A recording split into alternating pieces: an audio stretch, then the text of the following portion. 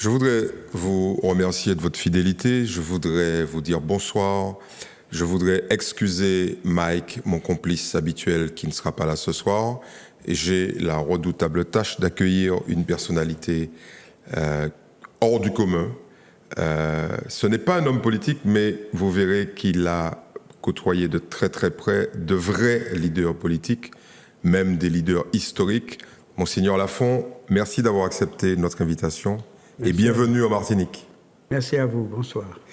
Alors, je voudrais vous présenter un peu le contexte de l'émission que vous allez peut-être découvrir, sauf que vous, rien ne vous étonne, évidemment.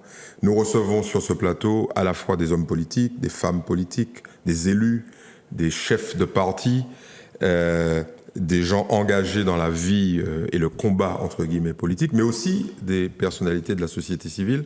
Vous n'appartenez ni à l'un ni à l'autre. Vous n'êtes ni un civil, ni un politique. Vous êtes quoi, finalement? Mais qu'est-ce qui reste? C'est à vous de nous le dire. Qu'est-ce qui reste? Non, je suis un membre de la société civile. Oui. Vous... Je vote, comme tout le monde. Ah, vous votez? Ah, mais oui, je vote. Ah, d'accord. Très comme bien. tout le monde, vous n'êtes quand même pas encarté dans un parti politique, je ne dis pas pourquoi je vote. Ah non. Non. Bon, non. Ça, je crois que ça vous est interdit, d'ailleurs. Oui. Ça vous est interdit. Et est-ce que vous pourriez nous dire ce que vous venez faire en Martinique? Déjà pour que nos téléspectateurs puissent situer l'individu. Bien, je viens à l'initiative d'un ami qui est martiniquais, mais qui a passé de longues années en Guyane, Marie-Joseph Pinville. Que nous avons déjà reçu ici, je tiens à le préciser, et qui a défrayé la chronique après son émission. Son portable n'a pas arrêté de sonner. Bon. Et je viens pour faire une série de conférences et d'entretiens. Sur quel sujet? Sur l'expérience que j'ai vécue en Afrique du Sud. Alors on va en parler de manière importante dans l'émission. Voilà. Est-ce que vous pourriez resituer les dates de ce séjour très très long et très dense en Afrique du Sud? J'étais en Afrique du Sud depuis la fin de 1983 jusqu'à la fin de 1996. Donc la bonne période. Ans. Oui, la période de transition en réalité. Entre l'apartheid et la libération. À la fois très dure et très dense. Très bien, on y reviendra. Aujourd'hui, vous êtes donc à la tête de l'Église en Guyane. Si je vous dis que la Guyane, on ne sait plus quoi penser de ce territoire, tellement ça va vite, tellement ça change tous les jours, qu'est-ce que vous répondez? C'est vrai. Comme la Guyane, comme tous les pays du monde et toutes les régions du monde, est très complexe, mais qu'elle est en mouvement, comme tous les autres pays du monde, et un mouvement que pas grand monde ne maîtrise en réalité. Oui, j'ai bien l'impression, puisque quand moi je regarde les statistiques, et évidemment ça donne le vertige aux élus guyanais, il faudrait construire je ne sais plus combien de dizaines de collèges, des lycées, des écoles maternelles, des crèches, alors qu'ici, en Martinique et en Guadeloupe, on en ferme. J'ai l'impression que cette espèce d'explosion démographique, parce qu'il faut appeler ça, à mon avis, plutôt une espèce de révolution démographique, leur échappe complètement. Oui, il y a 70 ans, on devait être un peu moins de 70 000. Ouais. Et aujourd'hui, nous sommes 300 000. Donc c'est une expansion considérable. Et est-ce que l'Église a conscience des conséquences socio-économiques, politiques, humaines, sociales et même sécuritaires, parce qu'on en parle beaucoup. On va revenir sur le fameux mouvement des 500 frères. Est-ce que l'Église a conscience de cette espèce de bouleversement et est-ce qu'elle met la main à la pâte? Et de quelle manière? Écoutez, oui, nous avons conscience de ce qui se passe. Nous sommes sensibles d'abord à la souffrance de beaucoup de gens, au désarroi d'un certain nombre d'institutions, y compris politiques, municipales. Nous sommes conscients du retard que nous avons au niveau structurel, au niveau des infrastructures, au niveau du développement économique, même si le développement économique de la Guyane n'est pas si mauvais que ça. Je crois qu'on a une croissance de près de 3% par an, oui. Mais ça ne va pas aussi vite que l'extension de la population. Et puis surtout, les infrastructures ne suivent pas. Nous avons un gros problème d'éducation quand même. Oui. avec des centaines, sinon des milliers de jeunes qui ne sont pas inclus dans les institutions scolaires parce qu'il n'y a pas de place. Nous avons réussi, à travers le mouvement de 2017, de demander 3 lycées, mais on commence à savoir où va être planté le premier et peut-être le second. Alors qu'il en faudrait apparemment un peu plus. Il en faudrait un peu plus. Le lycée 4 de Saint-Laurent-du-Maroni, qui aurait dû voir le jour il y a 5 ou 6 ans, verra le jour je ne sais pas quand, et avec un nombre de places moitié moindre que ce qu'il aurait fallu il y a 5 ou 6 ans. C'est-à-dire qu'on court encore après les choses, et ça a un impact, parce que vous savez, tu ouvres une école, tu fermes 4 prisons. Oui, le lien est direct. Ben oui. Mais oui, l'éducation est facteur d'intégration, est facteur de croissance, est facteur de socialisation, tout simplement. Et le déficit d'école va dans le sens contraire. Est-ce que vous pensez, vous partagez l'idée qu'en face de vous, ceux qui décident n'en sont pas vraiment conscients?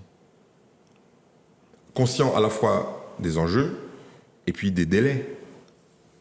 Je pense que beaucoup sont conscients. Mais que peut-être on n'a pas en clé les vrais moyens. Mais il a fallu quand même qu'au bout de quelques années, cette population... alors au départ, on était sur des problématiques de sécurité, mais évidemment, le fameux mouvement de 2017 a touché la quasi-totalité des thématiques de la société guyanaise, pas seulement la sécurité. Il a bien fallu que les gens descendent dans la rue pour que ça commence à bouger un peu. C'est exact. Mais, vous voyez, l'État nous a octroyé un premier milliard. Dont vous n'avez pas vu beaucoup la couleur. Qui était d'ailleurs prévu déjà, en réalité. Mais en fait, l'État ne donne pas de l'argent en disant « faites comme vous pouvez », il attend des projets. Ce sont ces projets qu'on a du mal à mettre en route. Ce sont les municipalités, ce sont les institutions qui ont du mal à avoir des créateurs de projets, dans les temps. Et pourtant, les besoins sont là. Oui. Ils ont été identifiés. Donc ce qui manque, c'est les infrastructures ou les projets intégrant des infrastructures. Je pense qu'il manque des équipes capables de construire des projets en temps. Il manque aussi quelquefois, au sein des institutions politiques, la capacité de travailler ensemble. Je pense par exemple, il doit se créer un lycée à Matoury. On est dans une bagarre, je ne sais pas de trop quoi, qui fait que des terrains qui pourraient être, sur lesquels on pourrait se mettre d'accord, on ne se met pas d'accord. Mais ça retarde énormément les choses, parce que ce lycée, on devrait déjà être en train de le construire. Or, on est encore en train de se battre sur tel ou tel terrain, selon la majorité, l'opposition, que sais-je encore. Donc vous imaginez bien que... ce sont des choses qui retardent beaucoup. Les représentants de l'État doivent sourire de manière peut-être ironique en disant finalement ils ne sont même pas capables de s'entendre et les retards ne sont pas forcément liés à nous. Pas seulement. Mais aussi. Mais aussi. Très bien. Quel regard vous jetez sur l'avenir de la Guyane? Parce que bon, vous connaissez la blague. Vous connaissez la fameuse maxime, la Guyane est un pays d'avenir qui le restera. Vous avez déjà entendu parler de ça? Oui. Écoutez... On ne sait pas à qui on a droit. Il semblerait que ça soit le général de Gaulle, mais on saura un jour qui a sorti cette fameuse maxime. Mais vous l'avez déjà entendu. Certains le savent, oui. Non, la Guyane a beaucoup plus d'atouts que beaucoup de territoires d'outre-mer et de départements d'outre-mer. On a des capacités de développement immensément plus grand. On a un terrain qui est énorme, on a 80 000 km², voilà, donc, de l'or, du pétrole, des minerais. Enfin. Il manque aujourd'hui une véritable vision commune, capable d'emmener toute la population dans une véritable direction. C'est pas forcément politiquement correct ce que vous venez de dire là. Non, mais je vois que je suis en phase avec votre émission. Très bien. Donc ça, c'est le message pour les élus, le manque de vision commune. Vous qui êtes sur le terrain, parce que je sais que vous crapahutez, vous allez partout, comment vous jugez le fait que les Guyanais, une nouvelle fois, ont voté pour le mouvement xénophobe, parfois raciste, du Rassemblement national, ex-Front national? Là, c'est un beau signal d'alarme. c'est un signal d'alarme qui va dans une double direction. D'abord, ce qui était exprimé quand même de manière très forte en 2017. Oui. Une certaine méfiance par rapport effectivement au mouvement, aux responsables politiques. C'est un rejet des responsables politiques. C'est-à-dire, il n'y a pas une confiance majeure. Mais il y a aussi une certaine fermeture par rapport à l'immigration. Alors, c'est un euphémisme, fermeture. Là, vous venez de dire peur. Nous, en suivant la presse guyanaise, en interrogeant des Guyanais, on a l'impression qu'il y a plus que ça. Il y a vraiment une espèce d'exaspération, de rejet qui se traduisent à travers notamment des affrontements. Est-ce que c'est une réalité ou est-ce que c'est plutôt un ressenti ? Il n'y a pas d'affrontement majeur. Quand je dis des affrontements, c'est des altercations régulières dans le public entre des étrangers, ce qu'ils appellent des étrangers, et puis les locaux. Ça arrive très souvent. Ça ne va pas jusqu'au meurtre, mais il y a des altercations régulières. Il y a des prises lors des manifestations, il y a quelques étrangers qui ont été pris à partie. Donc il y a quand même des choses... Oui, mais c'est pas régulier, ça ne défraie pas la chronique de la manière dont vous le parlez. En tout cas, ça ne vient pas jusqu'à moi. Peut-être que là, je suis aveugle, je ne veux pas voir. Les gens nous en parlent, en tout cas. En tout cas, moi, avant de vous interroger, j'ai passé quelques coups de fil. Il y a une tension. Oui, il y a une tension. Au moindre dérapage, ça peut aller très loin. C'est exact, c'est exact. Mais on a aussi une double attitude, parce qu'on les utilise beaucoup, ces étrangers. Donc là, nouveau caillou dans la mare. En clair, les Guyanais protestent d'un côté, et puis de l'autre côté, ils en profitent, c'est ça ? C'est ce que vous voulez nous dire ? Il y a une certaine réalité là-dedans. Ça veut dire quoi ? Ça veut dire que les immigrés correspondent dans la société guyanaise d'aujourd'hui à des métiers, à des fonctions, à des tâches particulières. Il y a différentes... Les immigrés ne sont pas une réalité... homogène. Ouais. Vous avez un certain nombre de Brésiliens, ce sont eux qui construisent, ce sont nos maçons. Ouais. Vous avez un certain nombre de Guyaniens, ce sont eux nos pêcheurs. Les quelques bateaux que nous envoyons en mer pour pêcher, on devrait en avoir beaucoup plus, on devrait avoir une école de pêche. Ouais. En Guyane quand même, avec un littoral de 500 km de long, on devrait avoir une école de pêche. Or en fait, pratiquement, il n'y a aucun marin guyanais. Tous les marins viennent d'ailleurs. Ensuite, dans nos jardins, dans nos cuisines, on a beaucoup d'Haïtiens. Oui. On a beaucoup d'Haïtiens. Donc vous êtes en train de nous dire que s'il n'y avait pas d'immigrés en Guyane, la société guyanaise ne ressemblerait pas à celle qu'elle est aujourd'hui. L'économie guyanaise ne ressemblerait pas à celle qu'elle est aujourd'hui. C'est ça, c'est-à-dire que l'apport économique, social, culturel de l'immigration est considérable. Il est en tout cas beaucoup plus important qu'on ne veut bien le dire. Et pour vous, c'est une bonne chose ou une mauvaise chose ? Alors, je vais vous dire ma pensée profonde.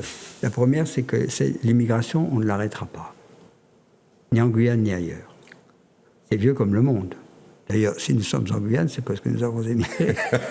C'est clair. Et les Européens sont venus de l'Est. Nous avons émigré. Ouais. On n'arrêtera pas l'immigration. On l'arrêtera d'autant moins. Vous êtes en train de faire transpirer un certain nombre de gens. Oui, mais je pense qu'on ne l'arrêtera pas. Et on ne l'arrêtera pas, et d'ailleurs, on en a besoin. Et ça n'est pas un facteur d'insécurité en soi. Ce qui est un facteur d'insécurité, c'est le manque de politique d'accueil des immigrants. Tout à fait. Le manque de volonté en termes de logement, en termes de travail, en termes d'éducation. Et quand je disais que l'immigration n'est pas homogène, d'ailleurs, je pense à une nouvelle vague de jeunes immigrés dont les qualités intellectuelles sont étonnantes. Oui. Je parlais hier soir avec le chef d'établissement de nos lycées polyvalents à Cayenne. Les étudiants haïtiens sont parmi les meilleurs. Moi, j'en loge 3, figurez-vous. Et je les vois travailler jusqu'à 11h du soir. Et en fait, ce sont des jeunes qui viennent directement d'Haïti ou ce sont des jeunes de la deuxième génération qui viennent directement d'Haïti. Oui. C'est comme une espèce de nouvelle immigration, assez différente probablement de celle qu'on a eue dans les années précédentes ou dans les décennies précédentes. La différence est à la fois sur l'âge et puis le niveau intellectuel. ou les choix qui sont faits? Je ne sais pas quant à l'âge. Oui, il y a un certain nombre de jeunes qui arrivent beaucoup plus jeunes, à Ouais. 14 ans, 15 ans, 13 ans. Mais je parle de leur volonté d'apprendre Et de réussir. de passer le bac, de passer en BTS. Donc en clair, excusez-moi si je caricature un peu, avant c'était des immigrés qui allaient directement travailler, tandis beaucoup que... plus probablement. On ne va pas couper Oui. au couteau. Avant c'était que et Oui, maintenant oui, ça n'est mais que. bon, c'est un peu caricatural, mais c'est ça le changement. Je sens comme une espèce de changement. En tout cas, les jeunes Haïtiens et ceux que nous aidons Oui. dans nos collèges, mais par exemple le collège d'Anne-Marie Javoué, 40% des lycéens sont des immigrés. 40%. Tout à fait. Et donc, Alors effectivement, Ouais. il y a des tensions, c'est-à-dire qu'au niveau de certains professeurs et au niveau de certains parents, il y a comme un étonnement, une impression d'être mangés, mais en même temps, ils sont parmi les meilleurs. et c'est ça l'avenir, en fait, selon vous, Oui, aussi. de manière inéluctable. Mais écoutez, moi je ne suis pas un économiste, enfin je les écoute quand même un peu. Je pense que pour que la Guyane se développe, il faut dépasser un certain seuil d'habitants.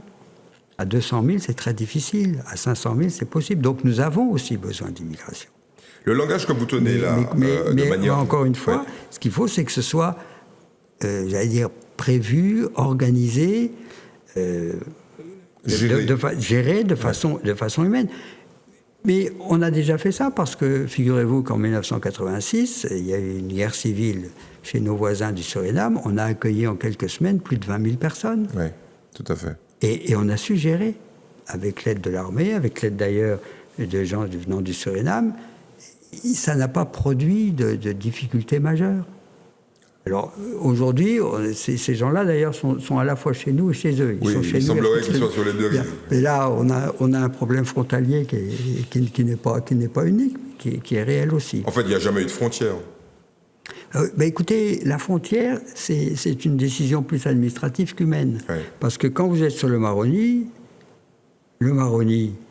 figurez-vous, c'est la place du village. Le pain est plus frais à droite, on va l'acheter à droite. Les médicaments sont mieux achalandés à gauche, on va les acheter à gauche. Maintenant, les gens vous disent qu'à droite, c'est le Suriname et à gauche, c'est la Guyane. C'est la France surtout, avec son système social. Mais en réalité, ça. Mais c'est pas seulement ça ici. Je pense que c'est ça à la frontière suisse en France et à la frontière allemande en Belgique et ailleurs. Les peuples frontaliers sont des peuples qui effectivement bougent beaucoup et les frontières sont plus une décision administrative qu'humaine souvent. Donc vous venez d'apporter un démenti cinglant à Marine Le Pen. Quand vous dites de toute façon l'immigration, on ne l'arrêtera pas, je pense que ce que vous venez de dire qui est valable pour la Guyane l'est également pour l'Europe, non? Tout à fait. Mais écoutez, je pense que l'Allemagne l'a presque mieux compris que nous.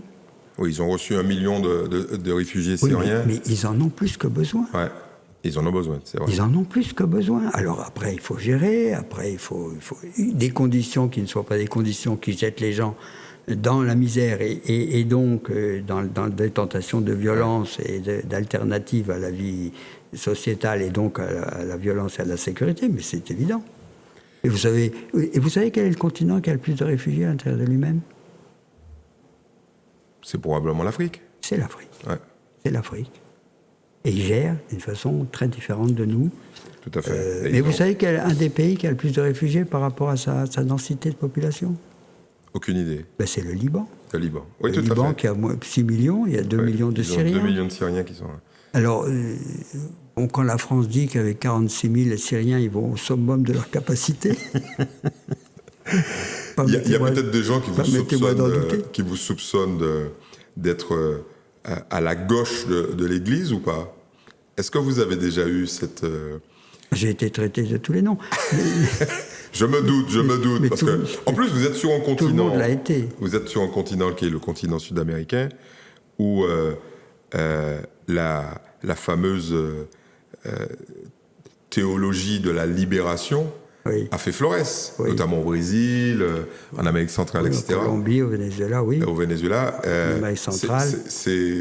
C'est un peu votre orientation, ça. Vous n'avez rien, vous n'êtes pas hostile à cette réflexion sur le poids du social. C'est dans l'Évangile. C'est l'Évangile. Et je vais vous rappeler deux choses.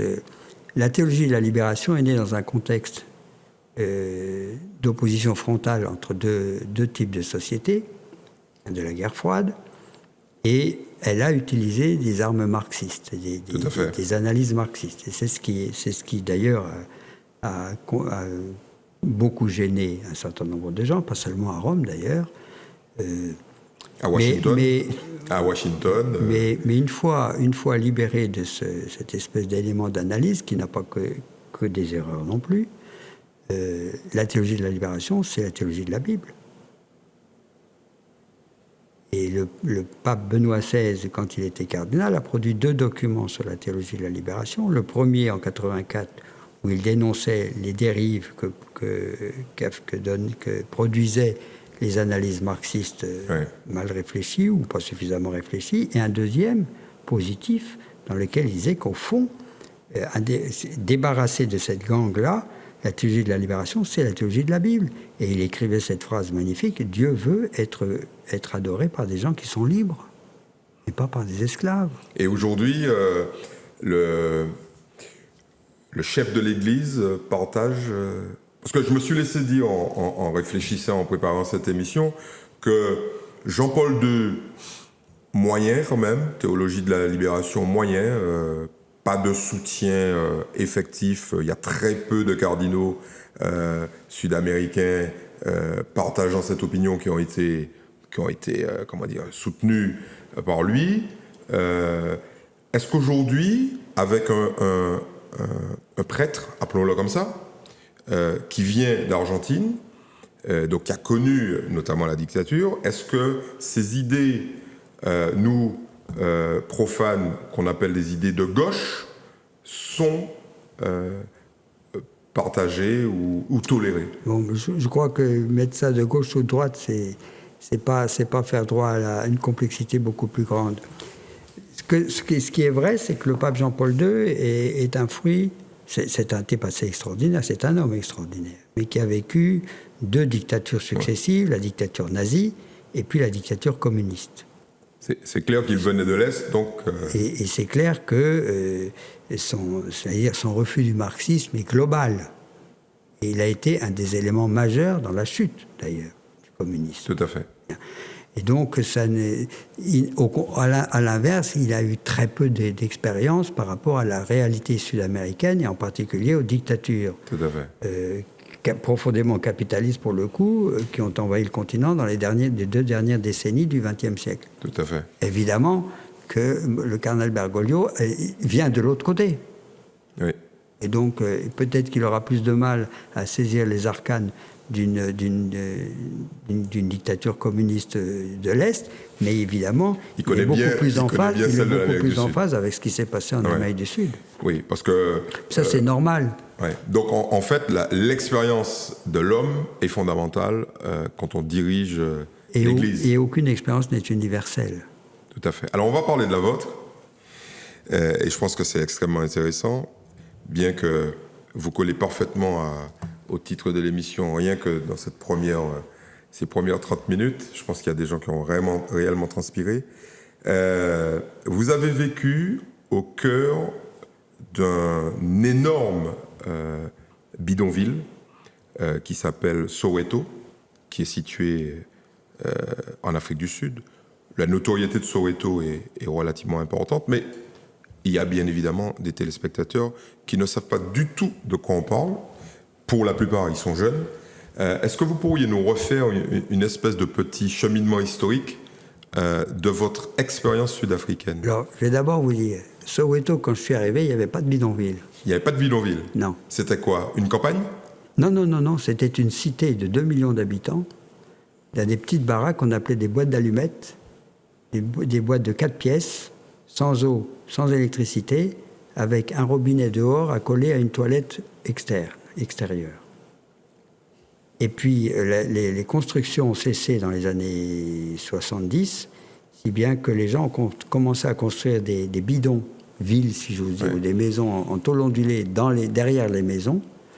Et quand j'ai quitté Soweto, il y avait 13 bidonvilles à l'intérieur de Soweto. Donc, au départ, ce sont des constructions qui sont faites par des autorités?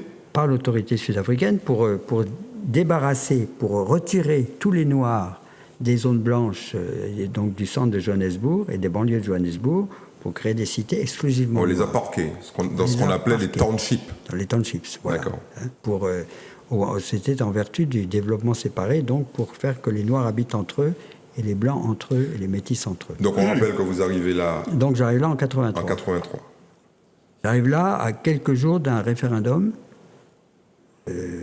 où seuls les Blancs avaient le droit de vote pour changer la Constitution, de telle sorte que les Blancs gardent le pouvoir total, mais ils accordent 2 autres petites chambres, une petite chambrette pour les Métis, oui, et une autre petite chambrette encore plus petite pour les Indiens, ou dans laquelle ils pourraient gérer leurs affaires propres, c'est-à-dire le logement, l'éducation, la santé, etc. Donc on accentue les différenciations raciales de manière encore plus importante. Mais on donne une simili-participation au pouvoir aux Métis et aux Indiens. Aux Noirs, on dit c'est pas la peine, puisqu'ils ont leur homeland, c'est les anciens Bantoustans, qui avaient vocation à devenir des territoires indépendants. Donc dedans, il y a en fait ce qu'on appelait les Bantoustans, en fait. Les Bantoustans. On entourait un territoire à l'intérieur de l'Afrique du Sud ou aux lisières de l'Afrique du Sud, comme le Transkei, le Ciskei, le Bophuthatswana, etc. Voilà. Et on les parquait, entre guillemets, dans ces territoires. Et l'idée, c'était qu'à terme, tous les Sud-Africains noirs soient des citoyens d'un de ces Bantoustans, même s'ils habitaient dans la République. Donc l'Afrique du Sud aurait été blanche, avec des États indépendants noirs et des travailleurs immigrés venant de ces États noirs, et provisoirement dans l'intérieur de l'Afrique du Sud blanche pour le travail des... Qu'est-ce que vous avez été faire dans cette galère-là? Parce que bon, des pays dans le monde, il y en a quand même près de 200. Qu'est-ce qui s'est passé? Alors, ce qui s'est passé, c'est que j'ai fait mes études à Rome, donc j'ai découvert une église universelle. Ensuite, j'ai fait mon service dans la marine, donc j'ai découvert le monde et l'Amérique du Sud. Et je me suis dit, tiens, la France, c'est beau, mais c'est petit. Il y a d'autres richesses ailleurs. Donc, je me suis dit que j'allais profiter de la possibilité pour un prêtre d'être envoyé pendant quelques années dans un autre pays. Mais pourquoi celui-là? Alors, moi, je pensais aller en Amérique du Sud. Oui. Mais en fait, à Tours, où j'étais prêtre, jeune prêtre, je travaillais beaucoup avec la JOC, la Jeunesse ouvrière chrétienne, oui, qui est un mouvement apostolique. Enfin, un peu de gauche quand même, non? Pas d'extrême droite. Pas d'extrême droite. Pas d'extrême droite, ça c'est clair. Et c'est la JOC d'Afrique du Sud qui m'a proposé d'aller chez eux. Et j'ai trouvé ça intéressant parce que l'Afrique du Sud, à bien des égards, est un des pays les plus industrialisés. C'est clair, c'est le pays le plus industrialisé dans lequel il y avait d'Afrique. Une classe ouvrière, des syndicats ouvriers, et donc une JOC qui marquait aussi l'histoire là-bas. Et donc, c'est à ce titre-là, pour ne pas être complètement déraciné de ma manière de travailler à Tours, que j'ai accepté de partir en Afrique du Sud. L'histoire de l'Afrique du Sud est extrêmement complexe. On va pas y revenir, mais quand vous débarquez là-bas, on est quand même dans un pays qui a poussé le développement séparé. Bon, enfin, moi, j'appelle ça le racisme institutionnel, je veux dire, à son paroxysme, à son apogée. Et quand vous débarquez, vous, jeune prêtre, on va dire aux ambitions probablement extrêmement modestes, mais quand même avec un background plutôt gauchiste, aux yeux des Sud-Africains, à mon avis, des autorités, parce que JOC en Afrique du Sud, à mon avis, ça devait dire jeunesse ouvrière communiste, et certainement pas chrétienne. Comment les autorités vous accueillent ? Alors, je dois dire que j'ai changé mon passeport, j'ai changé ma carte d'identité. Et pour avoir le visa, j'ai pas dit que j'étais à Tours, mais à Paris. Mais enfin, ils n'ont pas mis longtemps à trouver. Hein. Oui. Ils ont pas mis... En tout cas, j'ai reçu un visa de travail pourvu que je travaillais pour les Français de Johannesburg. En dehors de ça, c'était ça. Ou rien. C'était ça que l'évêque avait trouvé pour me permettre d'entrer. Parce qu'effectivement, les services secrets sud-africains étaient quand même parmi les plus affûtés du monde, et ils savaient se protéger. Donc je suis arrivé en 83 là-bas, et j'ai appris une fois sur place que j'étais là en particulier pour les les Français qui travaillaient à Johannesburg. Moyennant quoi, la première chose que j'ai demandé, c'est de pouvoir apprendre une langue africaine. Et donc, on m'a donné 4 mois pour apprendre le Soutou. Le Soutou, c'est la langue de quel peuple? Des Soutous. Et les Soutous sont pas très connus. On parle plutôt des Zoulous. Oui, mais enfin, le Lesotho. Lesotho, le royaume de Lesotho. Ce qu'on appelle le Lesotho, et qui en fait là-bas se dit les Soutous, c'est le royaume des Soutous. Tout à fait. Bien. Et donc je suis allé dans le homeland, ou le Bantoustan des Soutous, qui s'appelle le Croix-Croix, pour apprendre la langue. Très bien, vous pouvez le refaire là? Croix-Croix. D'accord. Bon, donc j'ai passé 3-4 mois là. Et puis j'ai aussi suivi un cours de 3 semaines à l'université de Johannesburg pour des missionnaires.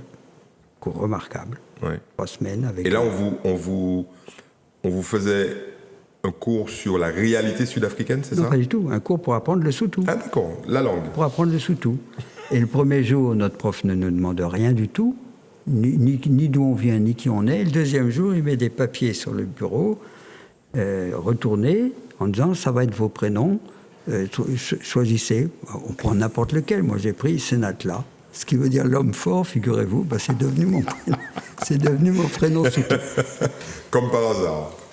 Bon. Et donc, l'archevêque de Pretoria, qui était dans le même cours que moi, lui a reçu l'échelon Nolo, ce qui veut dire le béni. Donc, vous voyez, il y a un bon Dieu quelque part. Il y a un bon Dieu quelque part. Et donc, au bout de 4 mois, je suis arrivé à Soweto. Non mais attendez, au départ, vous dites bien que vous allez travailler pour les Français de Johannesburg. Oui. Ils sont blancs, a priori. Hein. Oui. Et vous vous retrouvez chez les Noirs. Oui, mais c'était clair il savait très bien, l'archevêque, que je venais pour la JOC. Ouais. Mais il a dit aux Blancs que j'aurais un ministère auprès des Blancs et qu'il n'y avait personne d'autre pour la place. Il y avait déjà une supercherie. Supercherie. Bon. J'ai été le ministre de cette communauté blanche pendant 4 ans. Officiellement? Non, une fois par mois, j'y allais. D'accord. Vous preniez le thé?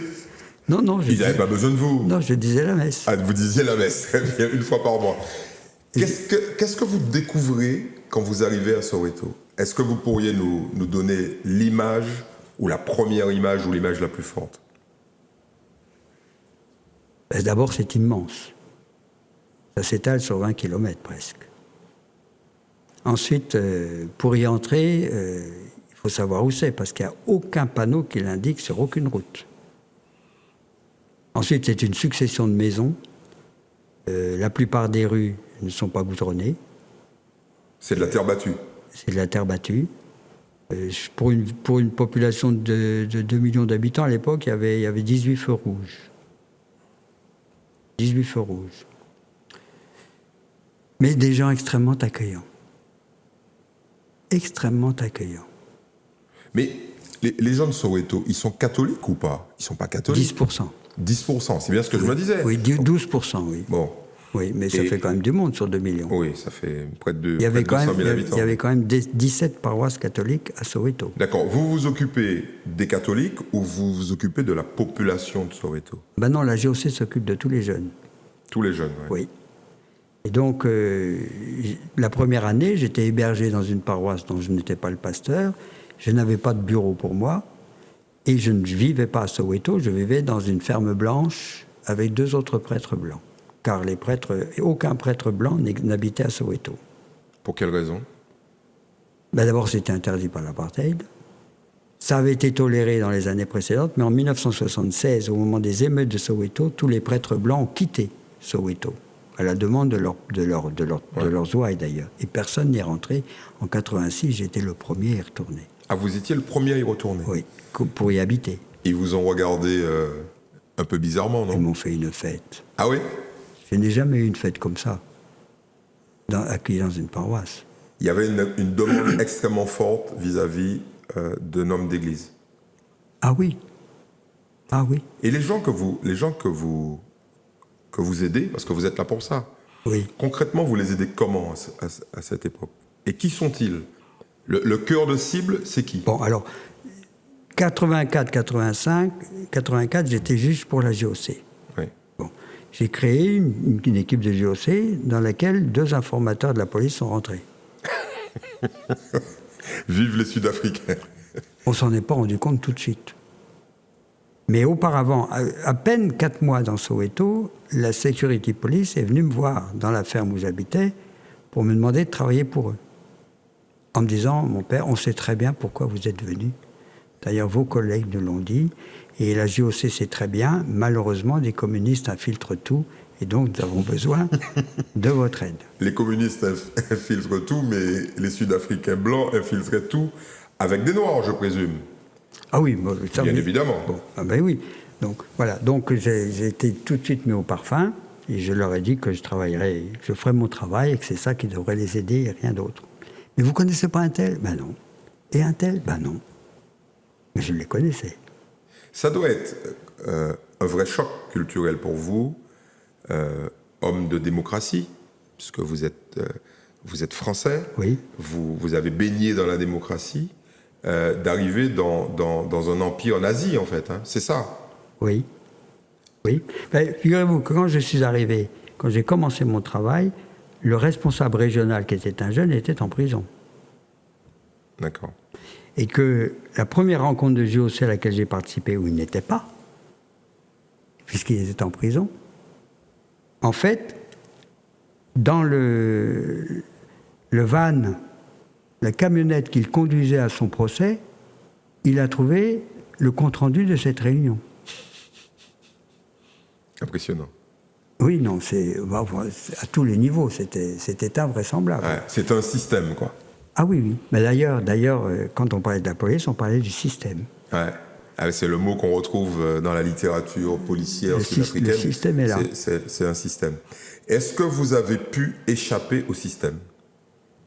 Oui, il m'a surveillé, il a voulu m'expulser en 86, en 89 plutôt, mais il n'a pas réussi, grâce à Dieu.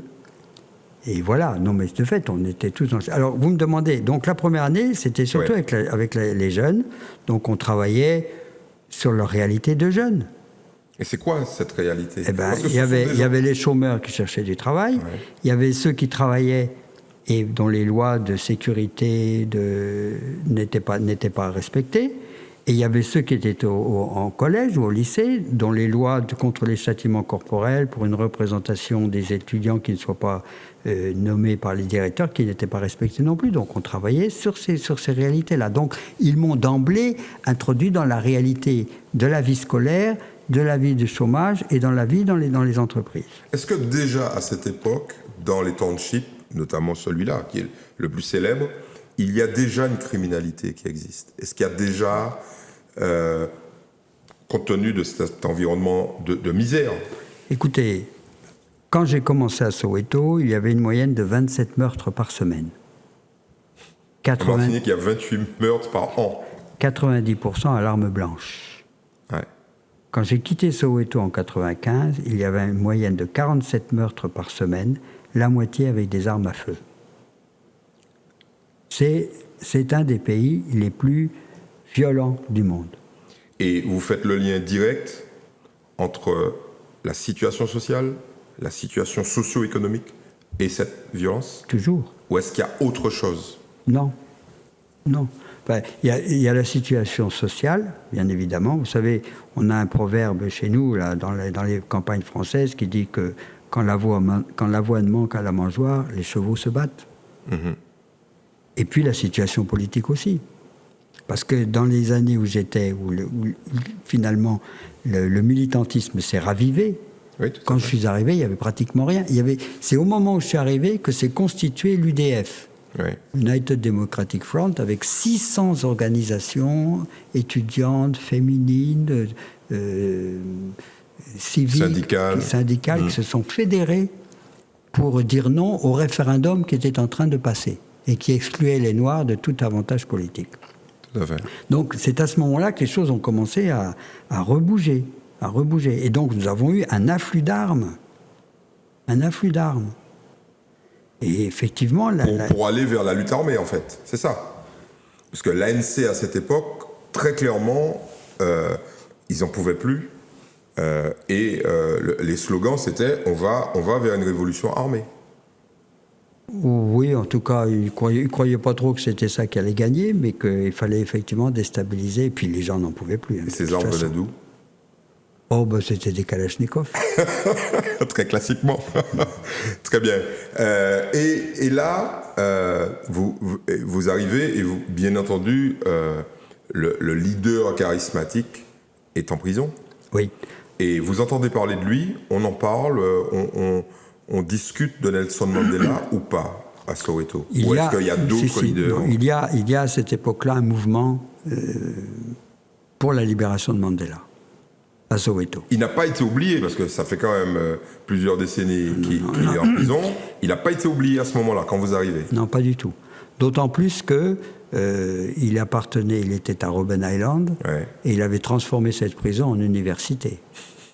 Et donc un certain nombre de gens qui passaient en prison à Robben Island pour 5 ans, 8 ans, 6 ans, étaient en contact direct avec Mandela, qui les forçait à travailler, qui les forçait à étudier, qui les forçait à discuter entre factions différentes, entre l'ANC, le PAC, etc. Et donc, il parlait de Mandela quand il revenait. Donc, en fait, c'était le leader charismatique, mais tout à fait actif, en fait. Oui. Et puis, si vous voulez, le gouvernement était quand même assez gêné à l'époque. 85, Botha a voulu proposer à Mandela une libération. Peter Botha, qui était le Premier ministre de l'époque. Qui était le président. Président. Et donc, qui était le directeur de l'exécutif. Et proposait une proposition, une libération à Mandela, pourvu qu'il accepte de retourner dans son Bantoustan et de ne pas faire de politique. Mandela dit « Je répondrai par mon peuple ».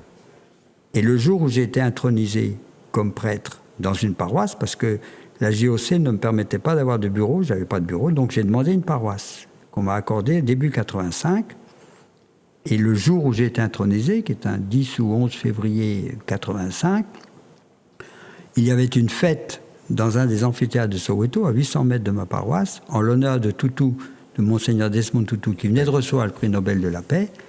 Et en avant-première de cette fête, la fille de Mandela lisait la réponse de son père à Botha, en disant qu'il n'appartenait pas à un prisonnier de négocier, seuls les gens libres peuvent négocier. Qu'est-ce que c'est que cette liberté qu'on m'offre quand ma femme n'est pas libre, quand mes enfants ne sont pas libres et quand mon peuple ne l'est pas? Ma liberté dépend de la vôtre et est solidaire de la vôtre, et je reviendrai. Un texte d'une puissance fabuleuse. On était 5 000 là-dedans, dans cet amphithéâtre. Mais non, il était absolument présent. Ouais. Et Winnie Mandela venait de revenir à Soweto, malgré les interdits dont elle était la victime. Est-ce que, quelques années plus tard, tout ça, ça va basculer, évidemment.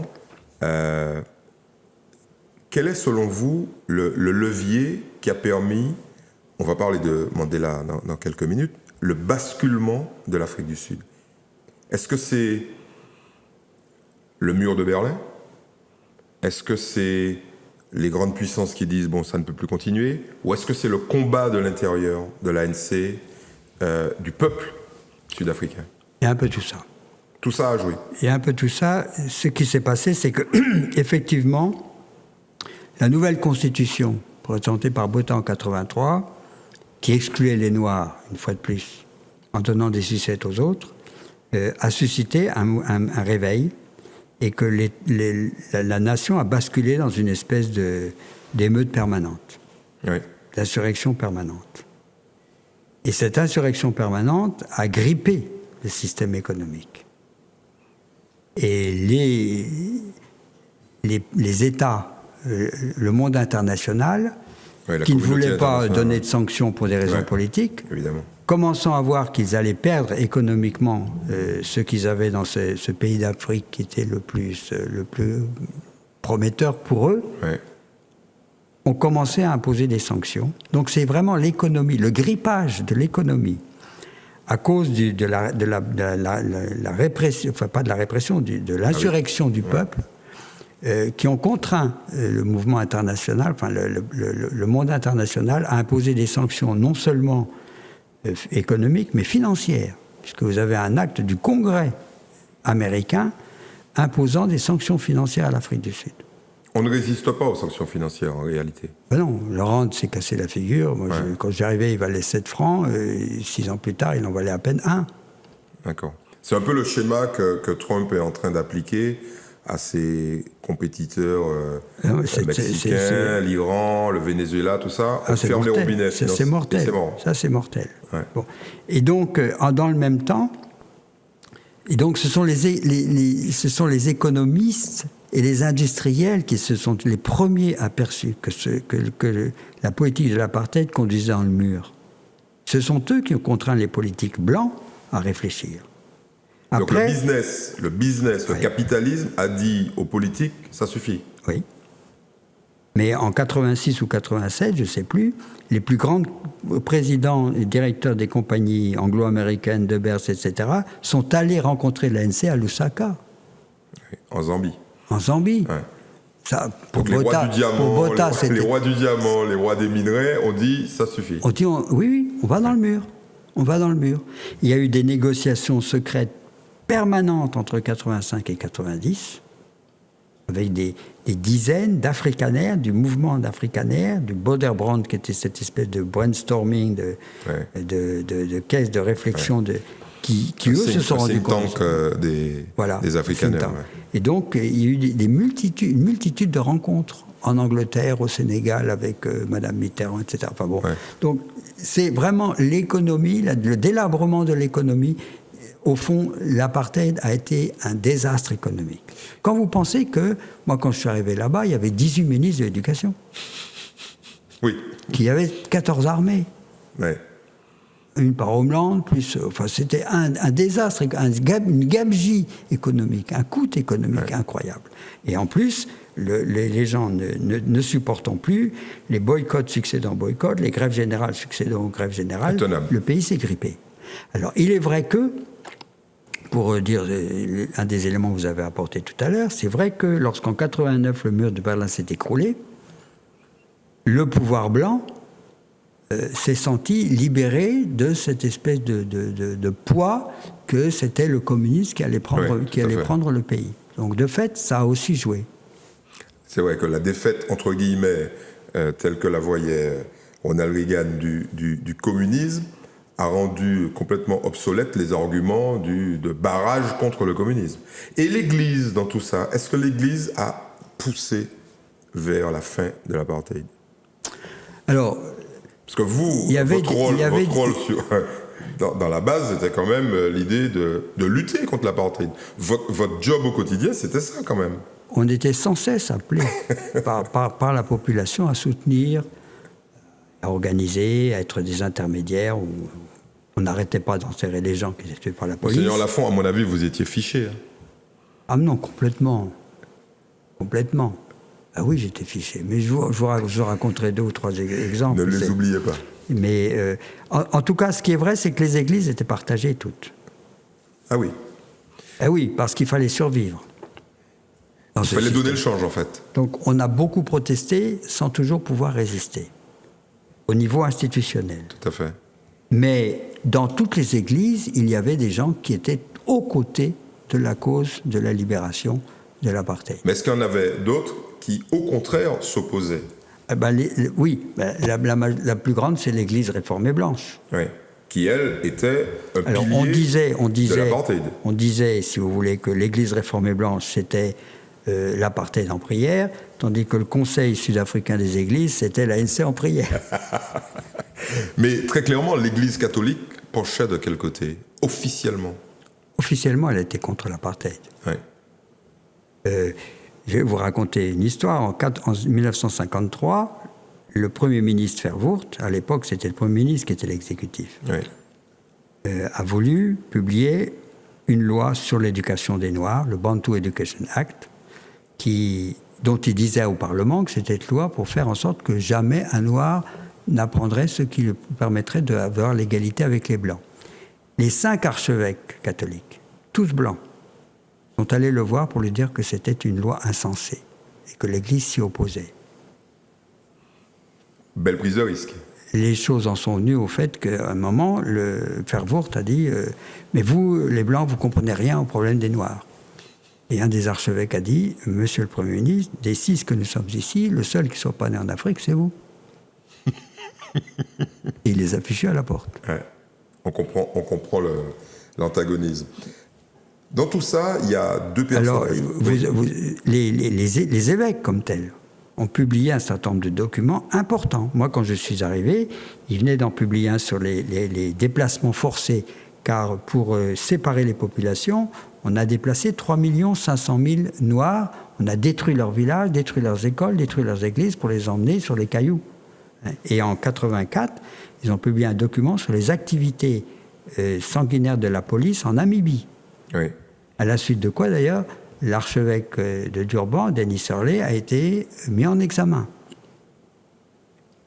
Donc, au niveau institutionnel, non, l'Église était clairement contre l'apartheid. Le secrétaire général de la conférence des évêques, le père Smangalizom Kachwa, était en house arrest. Il était assigné à résidence. Tout à fait. Voilà. Alors, ceci dit, tous les catholiques n'étaient pas contre l'apartheid avec la même vigueur. Mais au moins... mais l'Église était claire. L'Église soit un peu institutionnelle. Mais en même temps, elle était obligée, pour survivre, d'avoir un séminaire pour blancs et un séminaire pour noirs. Oui. L'apartheid allait jusqu'à l'intérieur même de l'Église. Ils ont pris toutes les institutions, toutes les écoles religieuses que nous avions, parce qu'elles étaient multiraciales. Et nous avons reconstruit des écoles sur une base raciale. À Soweto, ouais. les collèges libres catholiques étaient des collèges avec des Noirs. Et à Johannesburg, avec des Blancs. Et quand je dis on a construit 2 séminaires, on peut dire, mais ça, vous avez baissé votre culotte. Mais en fait, si on avait mis le premier Noir dans un séminaire blanc à Pretoria... Il n'y aurait pas eu de séminaire. Si.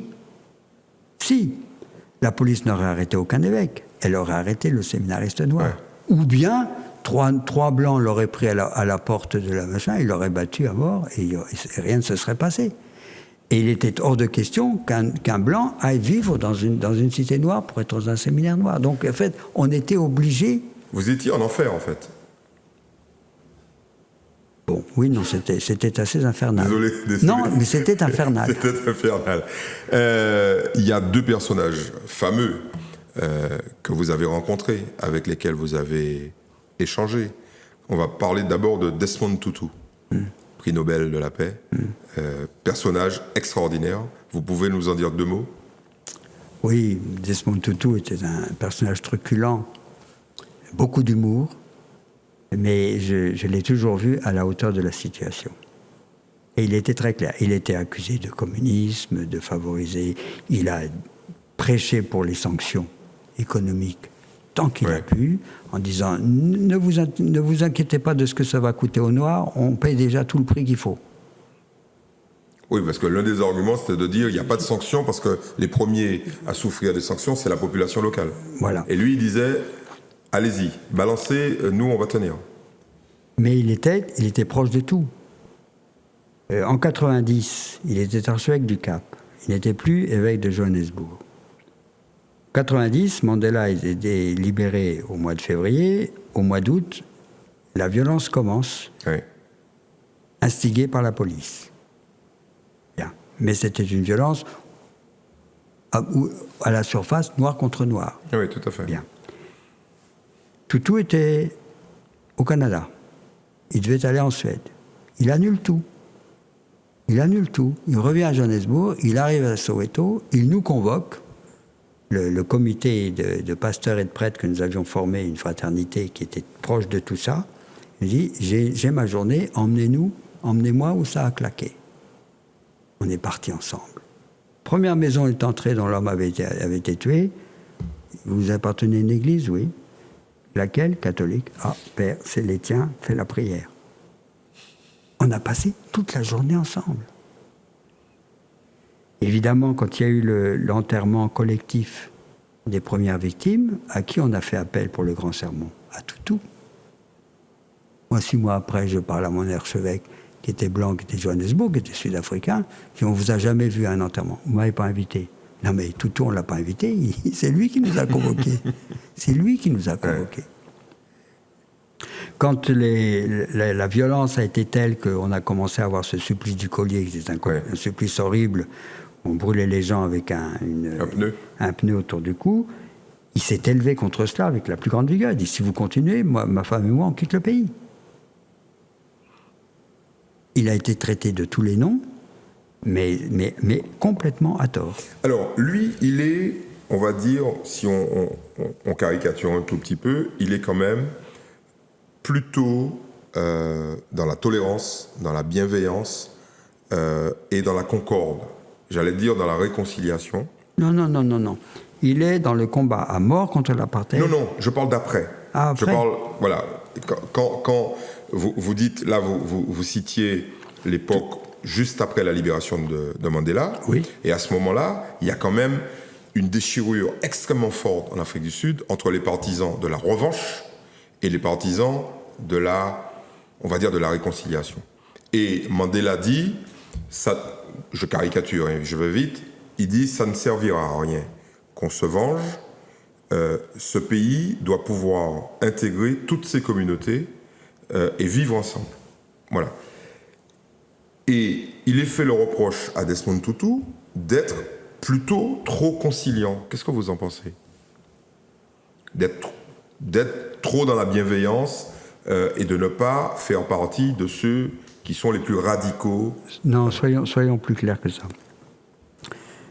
Quand Mandela est sorti de prison en 90, ce pourquoi il s'est battu, c'est pour des négociations pour changer la structure. Très clairement. Bon. Retour du pouvoir au noir, très clairement. Pouvoir démocratique. Oui, mais bon, comme 90% de la population est noire, c'est... Bien sûr. Bon. Mais dans un pays qui est là pour tous, et qui a besoin de tous. Mais ça, c'était dans la charte de l'ANC, c'était dans la Freedom Charter de 1955. Mais vous êtes d'accord avec moi que tout le monde ne partageait pas cette opinion. Bien sûr, mais c'était dans la Freedom Charter de 1955, disait ça, le pays appartient à tous ceux qui y habitent. Tout à fait. Indépendamment de leur couleur, de leur religion, de leur origine. Au Zimbabwe, c'était exactement la même chose, mais on a vu que ça n'a pas du tout été ça. Hein. Non. Bon. Alors l'Afrique du Sud, c'est ça, et ils se battent pour ça. C'est ça. Mais on a commencé à parler vraiment de réconciliation qu'après 1994. Oui. Et même Tutu n'a pas été conciliant entre 90 et 94. La seule différence, c'est que Tutu, de 83 à 90, quand j'y étais, parlait publiquement. Il était un des rares à pouvoir parler publiquement parce que pratiquement tous les mouvements étaient interdits, sauf les syndicats et les églises. Oui. Et lui parlait. À partir de 90, il a dit « Moi, maintenant, c'est le travail des politiques. Moi, je ne suis pas un politicien, je ne rentre pas dans ce débat-là. D'accord. Mais je soutiens tout ce qui va en faveur d'une transformation profonde du pays. » Après 1994, une fois que Mandela est président, la question de la réconciliation se pose. Oui. Et c'est à ce moment-là que le Parlement vote une loi créant la commission Vérité et Réconciliation, et que Mandela nomme Tutu comme président de cette commission. Tout à fait. Donc il y a bien 3 étapes différentes. Mais il avait sa place. Tutu avait sa place. Il avait sa place. Il avait sa place. Oui. Alors, le deuxième personnage est bien évidemment le maître Nelson Mandela. Votre rencontre, vos échanges avec lui. Bon, Mandela, moi je connaissais très bien sa femme et ses 2 filles, qui étaient revenues à Soweto en 86, que j'ai rencontrées à de nombreuses reprises. Oui. De nombreuses reprises. Bien. Y compris au moment où les choses sont devenues sulfureuses du côté de Winnie Mandela, où le mouvement de libération a demandé qu'on s'écarte d'elle. Oui, tout à fait. Moi, je ne l'ai pas fait. Je l'ai pas fait. Enfin, je sais pas. Vous n'aviez pas à prendre parti ? J'avais pas à prendre parti, et puis je veux voir les prisonniers, je veux voir les gens qui ont commis des meurtres. Voilà, je n'exclus personne de mon champ de. Bon.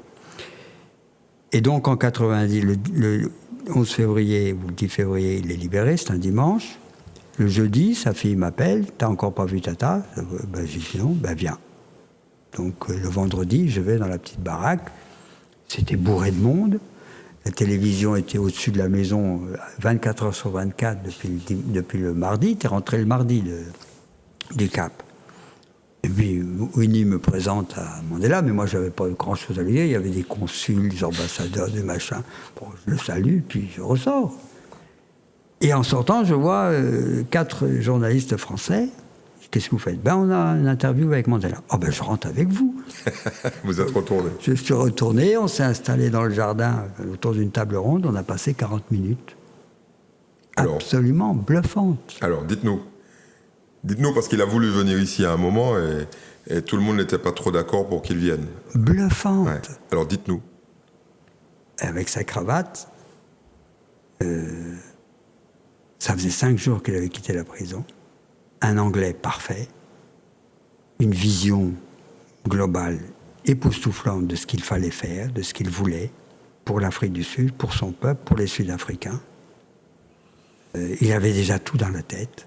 Étonnant, après plus d'une vingtaine d'années. 27. 27 ans. Ouais. On ne savait pas à l'époque, moi je ne savais pas, que ça faisait 5 ans qu'il y avait quand même un certain nombre de contacts. C'est clair. Donc je ne savais pas, mais que ça faisait 1 an et demi qu'il vivait pratiquement dans une maison de gardien-chef avec une piscine et puis un cuisinier particulier qu'il pouvait recevoir à sa table qui voulait. Je ne savais pas tout ça. Donc moi je me disais, il y a 4 jours, il était dans le truc rayé des bottes. Bon. Bluffant. On lui a posé une question sur Winnie qui était en difficulté. Une langue de bois absolument superbe. Un vrai politique. Ah oui, non mais une maîtrise. Ouais. Je ressors de là et la correspondante de la Croix me dit « Mais j'ai jamais vu ça. Qu'est-ce que j'ai vu comme chef d'État africain? Je n'ai jamais vu un homme de cette stature. » Et il était déjà impressionnant avant d'aller en prison. Il était déjà un homme d'État. Ah oui. Ouais. Donc en clair, vous êtes en train de nous dire que vous avez vu quelqu'un d'exception, oui, et que ce personnage d'exception, l'État sud-africain l'avait finalement protégé parce qu'il était une solution. À partir de 86, oui. Ouais. Oui. À partir de 85, oui. Ça, c'est du pragmatisme politique, ça. Oui. Oui, tout à fait. Mais tout est unique dans l'histoire de l'Afrique du Sud. Tout est unique. Quand on lit les premières rencontres entre blancs et noirs à l'extérieur du pays, entre membres de l'ANC en exil et les membres du Parti nationaliste et du Boederbond, par exemple, il y a cette rencontre au Sénégal, absolument époustouflante, préparée par les libertés de Daniel Mitterrand, et puis Breitenbach. Le poète sud-africain. En 10 minutes, les gens qui avaient préparé ça se sentent inutiles. Ces blancs et ces noirs n'ont pas besoin d'intermédiaires. Ils se parlent. Ils se parlent, et parce qu'ils ont le même amour pour leur pays. Les blancs ne se sentent pas du tout comme des colonisateurs, ils se sentent comme des Africains. Ils n'ont aucune base arrière. Ils ont le même amour pour leur pays que les noirs. Et donc, ils n'ont pas besoin d'intermédiaires. C'est impressionnant. Et quand Daniel Mitterrand vous raconte ça, vous êtes... Mais c'est vrai. Et c'est là qu'on se pose la question, mais qui a pu inventer ce système? Qui a pu inventer ou penser ce système? Est-ce que ce système carcéral, diabolique, entre guillemets, n'est pas venu ou ne leur a pas été imposé de l'extérieur? Non. C'est eux qui l'ont inventé. Oui, alors oui, c'est eux qui l'ont inventé. Alors vous avez des choses qui sont assez terribles. Vous avez d'abord le pouvoir anglais, oui, qui a mis toutes les prémices. Les Anglais sont quand même à l'origine de choses. Ils sont à l'origine des champs de concentration. Tout à les fait. Premiers camps de concentration, c'est en Afrique du Sud. Ils sont à l'origine de l'interdiction aux Noirs de posséder de la terre, sauf dans ce qui allait devenir les Bantoustans. Ils sont à l'origine du pass qui empêchait les gens d'aller où ils voulaient. Ils sont à l'origine de tout ça. Bien, en même temps, les Anglais sont à l'origine de la pénétration des Afrikaners, des Hollandais, à l'intérieur du pays. Parce que jusqu'à l'arrivée des Anglais, ils s'intéressaient surtout au Cap comme lieu pour se ressourcer, pour se ravitailler avant d'aller vers l'Indonésie et leurs colonies de l'autre côté. Ils ne s'intéressaient pas à l'intérieur. Quand les Anglais ont commencé à étudier, ils ont fait ce qu'on appelle le grand trek, le grand voyage, vers l'intérieur du pays. Ils ont conquis ça. Ils ont rencontré les Zoulous qui étaient furieux et qui étaient bien bagarreurs. Et un homme a dit, c'était des protestants, des puritains, qui ne faisaient rien le dimanche, etc. très, très, très strictes. Et ils ont rencontré ces Zoulous, ils ont dit, si tu nous donnes la victoire, Seigneur, on fera alliance avec toi. Et donc, ils ont vécu leur grand trek comme l'entrée des Hébreux en Canaan et Dieu qui chasse les Cananéens devant eux. Ouais. Et ils ont vu les Noirs comme ces Cananéens, ces païens dont le pays avait été donné à eux. Voilà, il y a eu cette idéologie religieuse tirée d'une certaine lecture de la Bible. Venant de vous, c'est quand même un sacré paradoxe. Ben oui, mais c'est la réalité.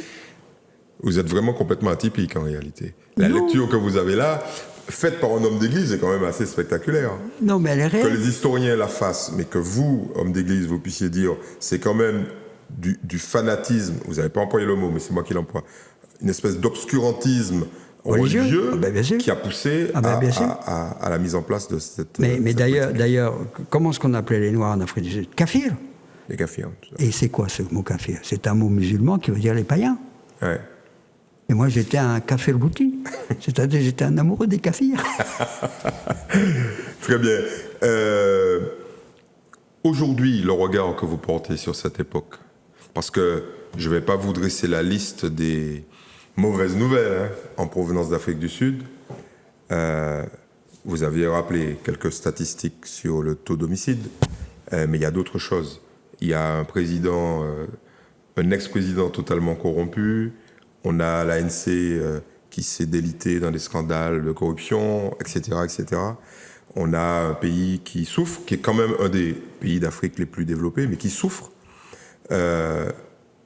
C'est quoi la raison de cette espèce de dégradation? Tout ça était prévisible. Prévisible. Oui. Vous savez, il y a un livre de la Bible qui m'a beaucoup aidé pendant que j'étais là-bas, c'est le livre de l'Exode. Et le livre de l'Exode vous raconte l'esclavage des Hébreux en Égypte, puis le passage de la mer Rouge, qui n'est pas l'entrée en Canaan, qui n'est pas l'entrée dans la terre promise. Entre le passage de la mer Rouge et l'entrée dans la terre promise, il y a 40 ans. 40 ans. Ces 40 ans sont là pour que le peuple se débarrasse de l'aliénation mentale qu'il a subie pendant l'esclavage en Égypte. C'est une phase transitoire. Une phase inévitable. Parce que quand vous colonisez des peuples, quand vous les diabolisez, quand vous créez l'apartheid ou quand vous créez une dictature, vous prenez aussi une part de leur âme et de leur esprit. Aliénation. Aliénation mentale. C'est-à-dire que vous instillez dans leur tête ce que vous pensez d'eux. Et puis, et donc l'aliénation mentale des Noirs en Afrique du Sud, pas de tous, grâce à Dieu, oui, mais est impressionnante. Toutes les lois étaient contre eux. Mais le résultat des courses, mon ami, c'est que pour un Noir normal, la loi, c'est dégoûtant. Donc ils ne la respectent pas. Donc, se passer de la loi, c'est être quelqu'un. La police était là non pas pour vous protéger, mais pour vous surveiller. Donc la police, c'est dangereux. La police, je me souviens, une année, en rentrant des vacances de Pâques, les jeunes d'un lycée à côté de chez moi découvrent que des sièges ont été volés. Les sièges ont été volés. Ils ont fait le tour des chibines, c'est-à-dire des débits de boissons. Le premier chibine où ils ont trouvé une chaise de chez eux, ils ont sorti le patron, ils l'ont lapidé, ils l'ont brûlé. Le dimanche suivant, les gens viennent me voir, ils me disent « Père, qu'est-ce qu'on peut dire à nos jeunes ?» Et vous avez lu le Sowetan mercredi, le journal local. Ils disent non. Bien, dans le Sowetan de mercredi, vous verrez que la police a arrêté un voleur de voiture, ils l'ont emmené chez lui, ils ont sorti tout le monde, ils l'ont descendu. Qu'est-ce qu'une police qui tue, qui torture, apprend sur le respect de la vie à des jeunes? Donc en fait, cette quand vous ne respectez pas des jeunes, vous ne leur apprenez pas le respect. Ouais. Quand vous instituez des lois injustes, vous n'apprenez pas le respect de la loi. Autrement dit, le jour où vous sortez de l'apartheid, c'est comme le malade qui sort de la salle d'opération, il est guéri mais il ne peut pas marcher. Donc selon vous, cette phase que nous sommes en train de vivre... Elle est inévitable. Ouais. Je vais vous donner un autre exemple. Elle va être longue. Mais 40 ans, c'est pas rien. Je vais vous donner un autre exemple. En 93, je rencontre un de mes camarades qui venait d'être recteur du séminaire roumain à Rome. On rouvre le séminaire à la mort de Ceausescu et à la chute du communisme. Je passe une après-midi avec lui, il me dit, tu sais quel est mon principal problème? J'ai dit non. Il me dit, c'est la délation. J'ai dit, mon vieux, tes jeunes, ils ont grandi dans un pays où c'était un devoir d'État. Ouais. C'est pas parce que Ceausescu est mort il y a 2 ans que d'un seul coup, ils trouvent que la délation, c'est pas juste. L'aliénation, c'est impressionnant. C'est impressionnant. Donc, et on ne s'en libère pas comme ça d'un tournoi. Pendant 8 ans, on a boycotté les loyers à Soweto. Les loyers étaient injustes, les factures d'électricité étaient injustes. Moi, je n'ai rien payé pendant 8 ans. D'un seul coup, Mandela arrive et dit, maintenant, il faut payer. Oh ben non. On comprend bien. Vous comprenez? Simplement, si on applique votre raisonnement... Alors, non, mais ça, c'est un premier raisonnement. Ouais. Il y en a un deuxième. Ouais. L'ANC est au pouvoir depuis 25 ans. Ouais. N'importe qui au pouvoir depuis 25 ans tombe dans le népotisme, dans la corruption et dans la déchet. N'importe qui. Il n'y a pas de démocratie ou de pouvoir politique qui ne reste longtemps sans que la corruption s'en mêle. Le pouvoir corrompt, le pouvoir absolu corrompt absolument. C'est inévitable. L'alternance est essentielle. Et source de démocratie, de vertu. Et source de démocratie et de justice. Oui. Donc, vous avez un peuple qui a été profondément... Bon. Vous avez aussi d'autres choses. Vous savez, Johannesburg, c'était la ville la plus riche la plus riche d'Afrique. Mais le niveau de vie des Sud-Africains noirs à Johannesburg, c'était celui du Zimbabwe. Ouais.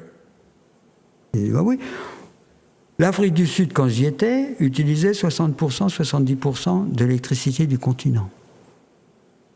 Mais 22 millions de Noirs sur 30 n'avaient pas accès à l'électricité. Vous comprenez? Ouais. On avait créé... Enfin voilà, je pourrais vous donner toutes les statistiques qui vous montrent que, de fait, le jour où on sort de l'apartheid, on est libre... On n'est pas tout de suite au paradis. Mais on n'est pas tout de suite au paradis, et il faut cette période-là. Zuma, moi, ce qui m'étonne, je viens de traduire un livre sud-africain d'une histoire passionnante dont je connaissais et l'auteur et les gens. J'en ai enterré un des gars dont il parle dans ce livre. Zuma était adoré de ces gens quand il était en exil. Ouais. Proche des gens. Qu'est-ce qui s'est passé comme corruption par le pouvoir et par autre chose que le président? Bon, je me réjouis que ça soit Cyril Ramaphosa. Le nouveau président. Le nouveau président. Ouais. Il habitait à 600 mètres de chez moi. Et vous le connaissez? Ah oui. Ah oui, ben il venait dans l'église, non pas pour la messe, il n'était pas catholique, mais il venait pour des réunions qu'on avait, quelquefois des réunions interdites, mais qu'on faisait quand même. On faisait des réunions de prière. Après, ce qui se passait dans la prière, les policiers n'y comprenaient rien, ils ne comprenaient pas le sous-titre. Y compris les infiltrés. Ah si, les infiltrés, oui. Les infiltrés, oui. Je comprends, oui. Ah, bon, mais ceci dit, non, Cyril Ramaphosa, c'est certainement un de ceux qui peut... D'ailleurs, s'il n'avait pas pris le pouvoir il y a 5 mois, je ne suis pas sûr que l'ANC aurait encore fait 57% des voix. Gagné les élections qui viennent d'avoir lieu. Mais tout ça, c'est normal. Tout ça, enfin, c'est inévitable. J'aime bien le mot normal pour vous. C'est inévitable. C'est un passage obligé, en fait. Oui. C'est un sas de décontamination. Oui, mais il est sévère, hein. Oui, mais on n'est pas complètement décontaminé en France. Par rapport à quoi? Vichy non. Ah non, par rapport à un état de justice, ouais. à un refus de la corruption, à un manque de népotisme. Enfin, écoutez. Et puis, on a voté en 1795 l'égalité entre tout le monde, et ça a permis qu'en 1945, les femmes puissent voter. Oui, on a mis du temps. On a mis du temps. Donc, on n'a pas tellement de leçons à donner. Alors, on a fait l'Afrique du Sud, on va revenir à nous. Vous venez en Martinique, je n'ai pas envie de vous titiller sur la langue de bois ou pas la langue de bois, mais vous avez un regard depuis la Guyane sur nous, Martiniquais, Guadeloupéens. Quel est-il? J'en ai pas un très fort. Quand vous dites un très fort, c'est très affûté ou plutôt... J'en ai pas un très affûté. Qu'est-ce que je peux dire? Je peux dire que je sais que beaucoup de Martiniquais sont venus en Guyane, en particulier à partir de l'éruption de la montagne Pelée, tout à fait. Et qu'ils ont un poids économique et industriel pas négligeable. Tout à fait. Les grands groupes martiniquais sont très très présents dans la distribution alimentaire, la distribution automobile, etc. C'est ça. Je pense que on est probablement un peu plus pacifique chez nous qu'ici. J'allais dire, la vie sociale est plus souple chez nous, me semble-t-il, que ici et surtout en Guadeloupe d'ailleurs. Je pense que les tensions sont différentes, la manière de vivre la relation entre les groupes est assez différente. Nous on est dans un petit paradis, on a de la place. Ouais. Même s'il y a des tensions, il n'y en a pas. Vous êtes en train de nous faire un appel du pied, là. Bon, non, mais vous me demandez. Moi, venez chez nous, c'est ça? Non, vous dites ici, les mecs sont un peu tendus. Non, mais je me plains. Non, mais je pense qu'il y a plus. Il y a des moments de tension sociale plus fortes en Guadeloupe, en particulier, peut-être plus qu'ici. Hein. Mais autrement de ça, je ne. Alors, je sais que vous avez plus de personnes âgées que nous. Oui, ça c'est clair. On a une population vieillissante. Vous avez un problème avec les jeunes. On pourrait vous prêter, voilà. Mais vous nous donnez quelques habitants jeunes et vigoureux. Non, je pensais davantage à l'analyse que vous venez de faire pour l'Afrique du Sud, en disant bon, quand on sort d'une période difficile, une période de climat politique extrêmement sévère, et moi je pensais à la colonisation. Oui. Est-ce que vous pensez qu'on est encore, nous, sortis, on est déjà plutôt sortis de cette aliénation coloniale? Je ne suis pas sûr, mais je ne suis pas sûr qu'on puisse en sortir sans une autonomie beaucoup plus grande. Là, c'est pas un caillou que vous venez de jeter dans la mare, c'est un menhir. Non, Monseigneur Lafont, oui. vous êtes favorable à une autonomie plus grande des Antilles-Guyane? Probablement, oui. Oui, je pense. Vous savez que... Après cette émission, votre portable, à mon avis, va sonner. Non, mais je pense que... François va vous appeler. Ce qui permet aux gens de grandir, c'est la responsabilité. Bon, alors, je me suis laissé dire que vous étiez à la tête du cortège des 500 frères et que vous avez même fait des selfies avec eux. Et c'est impensable. Écoutez... Je n'avais pas l'intention d'y être. Hein. Vous avez vu de la lumière, vous êtes rentré... Non, c'est pas pour les 500 frères que j'étais là. Et quand j'étais allé dire la messe chez les sœurs à la Madeleine, et quand j'ai vu l'attroupement de la population qui se préparait à cette manifestation, j'ai dit là, je ne peux pas ne pas y être. En réalité, je devais partir en France 3 jours plus tôt. Oui. Et c'était assez amusant parce que le matin, j'étais invité par un médecin de l'hôpital à venir avec lui parler du sida en prison. Et de là, je devais rejoindre l'aéroport. D'accord. Beau programme. Hein. J'arrive, il y a un barrage routier qui s'était mis dans la nuit qui m'empêchait d'aller jusqu'à la prison. En fait, qui m'a pas empêché parce que j'ai salué les gens, ils m'ont laissé passer. Mais arrivé à la prison, j'ai vu que le médecin, lui, il n'a pas pu, et que la moitié des gardiens n'ont pas pu, et donc que la rencontre prévue ne pouvait pas se faire, et je me suis dit, est-ce que je continue vers l'aéroport ou pas?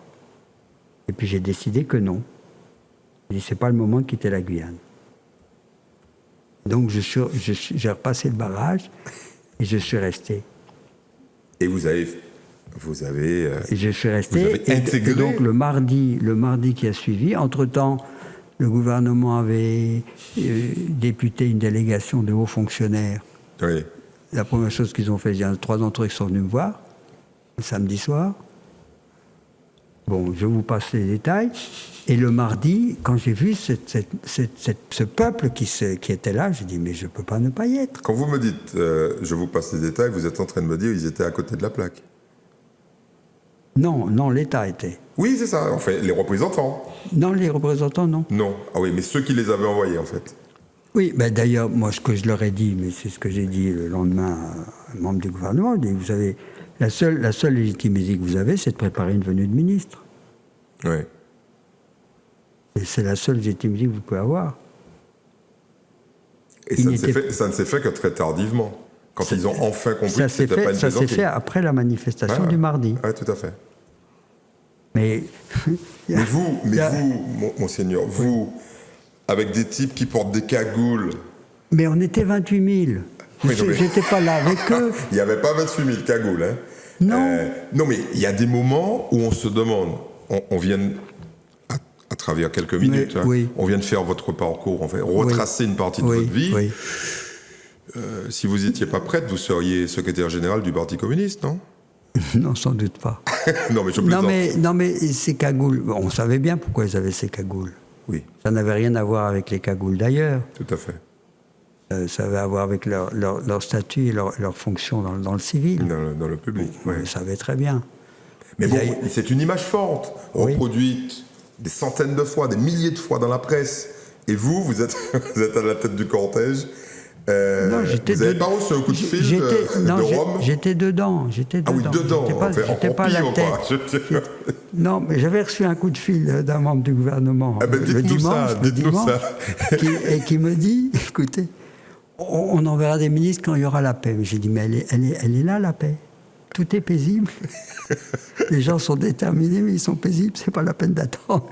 L'aveuglement de certains de nos dirigeants, que ce soit aujourd'hui ou dans le passé, Ben, pour eux- comment vous pouvez l'expliquer? Comment vous pouvez expliquer que Vous savez que le même week-end, il y avait eu un drame dans Paris 13e. Ouais. Il y a eu des voitures brûlées, et des trucs saccagés. Nous, il n'y a rien eu de tout ça. Les 28 000, on n'a pas cassé une bouteille. Ouais. C'était déterminé, mais c'était joyeux. Une espèce de force tranquille. Les gens étaient étonnés même de leur capacité de mobilisation. Ils se regardaient, moi je regarde des images, Oui. et les gens disent, mais on est aussi nombreux que ça. En fait, c'est Et- colossal, 28 000 sur Voilà, 200 000, et vous auriez voulu que moi, je rentre dans ma maison. c'est comme si 6 millions de Français étaient descendus dans la rue d'un seul coup. Oui. Colossal.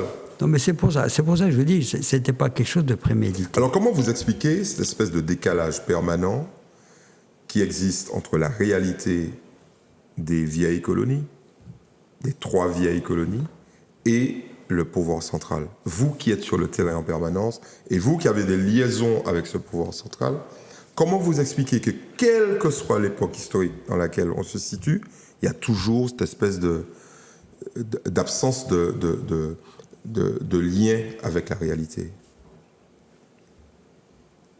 C'est de l'ignorance. Est-ce que c'est de l'ignorance ou c'est plutôt du dédain? Ben, quand on ignore, on risque d'avoir peur, on n'interprète pas bien, et on est facilement sur la défensive. Alors peut-être aussi un peu de dédain, parce que de fait, ne pas se donner les moyens d'écouter, ça peut être aussi une marque de mépris. Pourquoi nous sommes ou nous continuons à être considérés comme des étrangers par le pouvoir central? D'ailleurs, je ne suis pas sûr que ce soit le pouvoir central. Lui, il est moins... Peut-être qu'il en sait plus, c'est la population qui est dans une ignorance crasse. Oui, mais la population ne prend pas de décision. Le pouvoir central prend des décisions. Prenons un exemple sur... nous sommes encore des territoires d'exportation. Oui. Nous présentons nos papiers quand nous arrivons. Oui, vous voyez, non, il y a des c'est- signes. C'est invraisemblable. Il y a ça. des signes comme ça qui indiquent très clairement que nous sommes peut-être encore entièrement à part. Vous qui faites ce lien entre les terres d'outre-mer et le national, comment vous vivez ça et comment vous l'expliquez? Je le vis mal comme vous tous. Hein. Et puis je considère que c'est tout à fait inacceptable. Et cette administration, il y a des braves gens dedans. Hein. Bien sûr, la très grande majorité d'entre Il y a eux. des braves gens, C'est des gens qui bossent au quotidien, en fait. Je regrette que mon petit bouquin sur Mandela ne soit pas arrivé, parce que quand il parle du procureur général qui a requis la peine de mort contre lui, c'est impressionnant, la manière dont il en parle. Mais ils sont là pour un plan de carrière. Ils passent trop peu de temps. Mais là, vous parlez des fonctionnaires qui sont parle sur des le terrain. fonctionnaires, oui. Moi, je parle des décideurs qui sont à Paris. Parce qu'il y a des moments où vous devez rigoler, quoi. Oui, mais vous savez, quand je suis rentré d'Afrique du Sud, j'ai vraiment trouvé qu'en France, l'esprit était petit. J'ai été très frappé quand j'ai fait mon service militaire de rencontrer en Argentine, au Chili, ailleurs, des gens qui connaissaient la littérature française et qui me félicitaient de la littérature française. Et moi, j'étais incapable de parler de leur littérature à eux. Ouais. L'ouverture au monde. Dans notre éducation, nous sommes totalement franco-français. Et pour vous, c'est une erreur? Oh oui, c'est terrible. C'est quand même un sacré paradoxe pour un pays qui est implanté. Oui, Le tout à soleil ne se couche pas sur l'Empire français. Non, mais vous avez raison. Dans tous les continents, sur toutes les mers. On a un esprit contre lequel il faut vraiment se battre. J'apprenais l'allemand là, dans une école allemande près de Cologne. Et on nous demandait de faire une phrase avec « ça vaut la peine de ». Le japonais, ça vaut la peine de boire une bière à Cologne. La grecque, ça vaut la peine de descendre le Rhin. Le français, ça vaut la peine de boire un vin français. Non, mais cet esprit-là, nous avons tout, nous sommes les meilleurs, donc on n'a rien à apprendre des autres. Le système éducatif nous met ça dans la tête. Et vous parliez d'aliénation tout à l'heure. Oui, ça en est une forme. Ah oui. Alors, allons parler un peu d'avenir. Vous êtes au meilleur de votre forme, là. Et c'est quoi l'avenir de Monseigneur Lafond? Qu'est-ce que vous avez envie de faire? Eh bien, je dois remettre ma démission au Saint-Père d'ici 15 mois. Non. Si. C'est un scoop, là. Ben non. Tout le monde sait que je suis né le 26 octobre 1945, c'est-à-dire qu'aujourd'hui j'ai 18 ans et 667 mois. Oui, mais il y a des exceptions. Moi j'ai vu une liste, il y a quand même pas mal d'exceptions. Oui, mais il n'y a pas que des exceptions. Il y a des généralités, c'est ça. Mais bon, vous allez faire Sans quoi? trahir beaucoup de secrets, je remettrai ma démission au pape quand il le faudra. Oui. Je sais déjà quand. Et je resterai en Guyane. Mais je n'ai aucunement l'intention de gêner mon successeur. Oui, mais bon, ça va poser un problème, parce que vous, votre autorité intellectuelle, votre autorité morale, les liens que vous avez pu tisser font de vous un interlocuteur incontournable. Bon, le fait de rester en Guyane, ça veut dire quoi? Ça veut dire que vous aimez cette terre, bien évidemment, probablement, mais que vous avez envie d'y jouer un rôle important. Vous n'allez pas partir au milieu de la forêt et puis nous dire bye bye. Et pourquoi pas? J'y crois pas 2 secondes. Parce que ils ont besoin de vous. Non. Non. Non, le jour où je démissionne, non, vous savez... C'est fini. Oui, non, mais vous savez, les cimetières sont remplis de personnes indispensables. Oui, bien évidemment.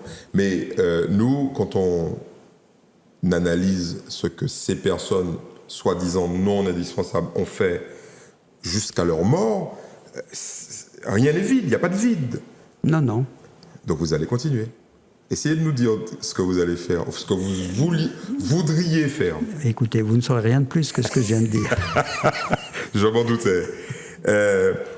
Qu'est-ce qui est pour vous signe d'encouragement ou d'espoir aujourd'hui en Guyane? Les jeunes. Vous n'en manquez pas. Nous, on en manque, mais vous, par contre... Les jeunes, ils ont un talent, ils ont beaucoup de talent. Ils ont beaucoup de talent. Ils ont besoin d'encouragement, ils ont besoin qu'on croie, ils ont besoin qu'on accompagne leurs rêves au lieu de les renier. Mais les jeunes ont beaucoup de talent, beaucoup de désir de vivre. Et il y a une fraîcheur et un sens de la justice chez les jeunes.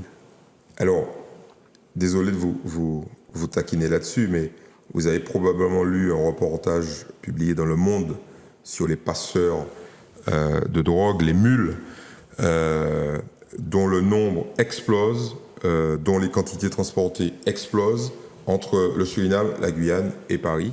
C'est devenu l'une des filières les plus importantes, puisque il y a 2 vols quotidiens vers Paris, et chaque semaine, il y a des dizaines, peut-être des centaines de personnes qui transportent de la cocaïne en ingurgitant des boulettes ou en portant sur leur propre corps de la cocaïne. Est-ce que ça, c'est une bonne nouvelle, entre guillemets, pour la Guyane, ou est-ce que ça ne traduit pas quand même une misère profonde?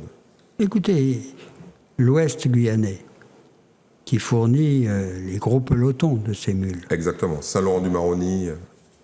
50% des jeunes n'ont pas de travail. Ouais. Alors, je dis que c'est criminel de la part d'une société d'accepter ça. C'est criminel.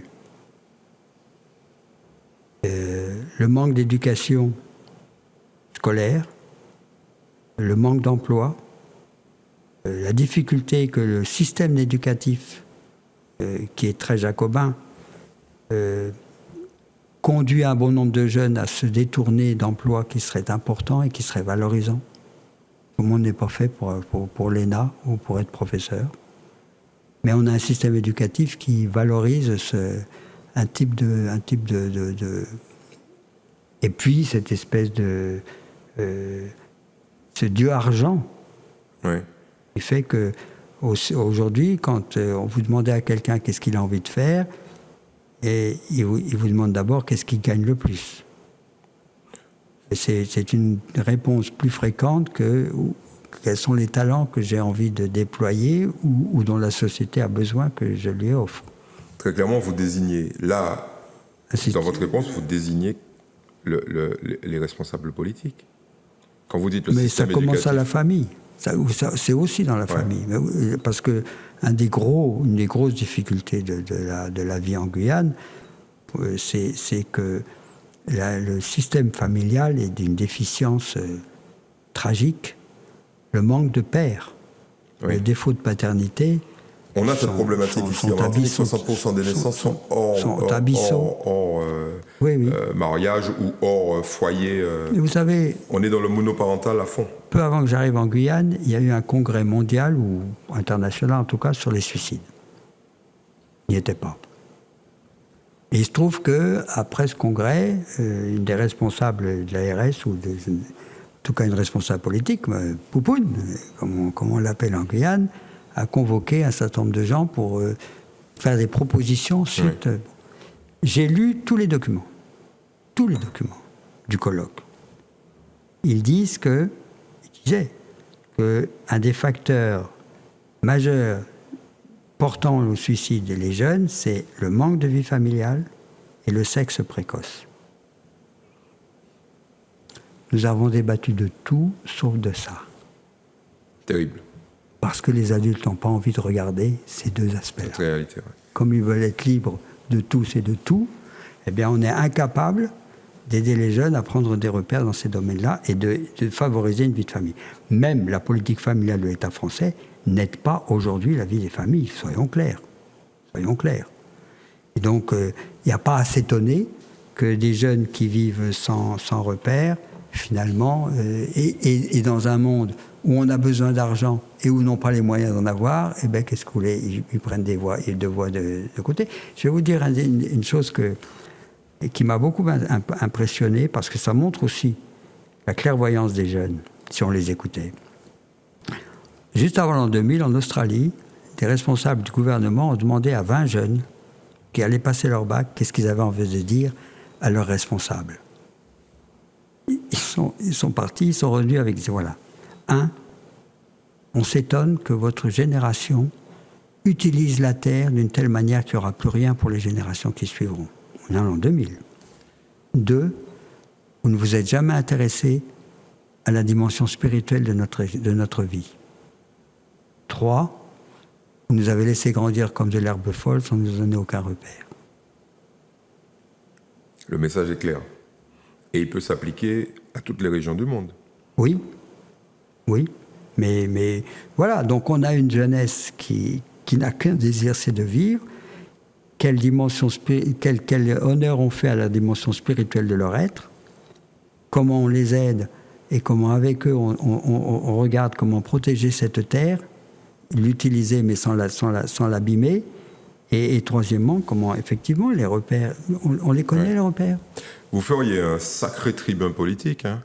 Il me revient que certains sondages vous placent largement en tête sur les personnalités que les Guyanais voudraient voir jouer un rôle politique dans l'avenir. Vous m'étonnez beaucoup. Je vous étonne. Oui. Je vous parlerai par exemple d'un sondage qui a été fait en Martinique et qui indique clairement que... mon collègue. Votre collègue. Ah, oui. Non mais sur certaines... Je vous citerai mes sources après. En tout cas, Monseigneur, merci beaucoup d'avoir participé à cette émission. On va faire une toute petite partie culturelle, c'est la tradition dans cette émission, où on doit chroniquer, où je dois chroniquer avec mon collègue Mike, que j'ai excusé en début d'émission, qui ne peut pas être là, des livres ou des disques ou des vidéos. Alors, juste avant de chroniquer les deux supports que j'ai choisis, est-ce qu'il y a un livre aujourd'hui qui pour vous est un coup de cœur et que vous aimeriez nous faire connaître ou partager, que vous lisez ces temps-ci? Je lis beaucoup. Hein. Je le sens, je le sais. Je suis en train de traduire un livre.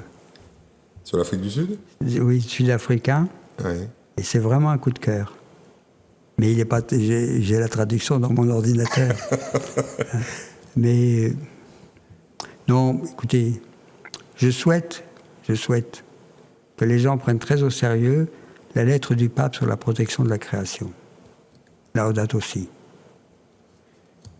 Elle est publique, elle est rendue publique? Elle a été publiée en 2015. Oui. Elle a été encensée et enterrée. Enfin, pas complètement. Mais le pape, qui est un homme qui sait où il veut aller, que personne ne détournera, est en train de préparer une rencontre de tous les évêques d'Amazonie en octobre prochain. Je pense que tout ce qui a trait à la protection de la création et à une vision, j'allais dire, holistique, et qui manifeste que tout est lié, c'est-à-dire la vie humaine, la vie spirituelle, la vie de la nature, la vie de l'eau, la vie des animaux, tout ça c'est un. Et qu'on ne protégera rien si on ne protège pas tout en même temps. C'est clair que l'Amazonie est, alors, terriblement menacée. Je n'ai pas dans la tête, mais pas seulement l'Amazonie, le Congo. Oui, tout à fait. Parce que j'étais à une conférence internationale à Washington pour préparer la rencontre de Rome avec le pape, où il y avait des gens du Congo, des gens des jungles asiatiques, et on s'est retrouvés, j'allais dire, extrêmement proches, à la fois par le mépris qu'on a eu pour tous les peuples aborigènes de tous ces pays-là. Tout à fait. Le mépris de leur sagesse, de leur culture, de leur savoir, oui. Et puis le mépris de la création.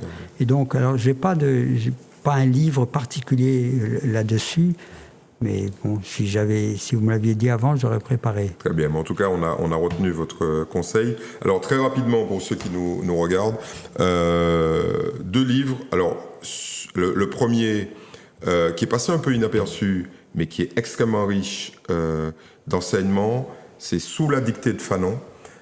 La secrétaire de Fanon, qui s'appelle Marie-Jeanne Manuelan, qui nous raconte ce qu'était Fanon et qui l'a accompagné.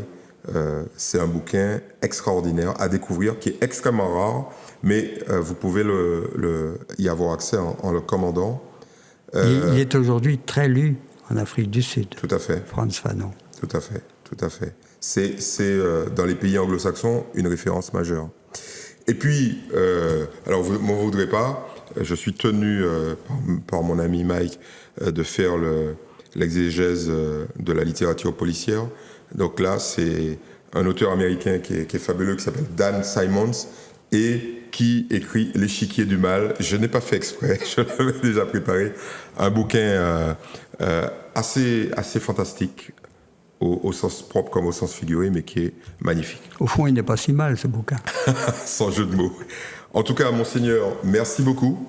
Je comprends pourquoi certains politiques se disent que vous feriez un adversaire redoutable, mais vous nous avez dit que vous ne nous direz pas ce que vous ferez après. Mais moi, je leur dis, les mecs, faites attention quand même. Merci d'avoir accepté notre invitation. Et puis, merci à tous. Merci de votre fidélité. On se retrouve la semaine prochaine.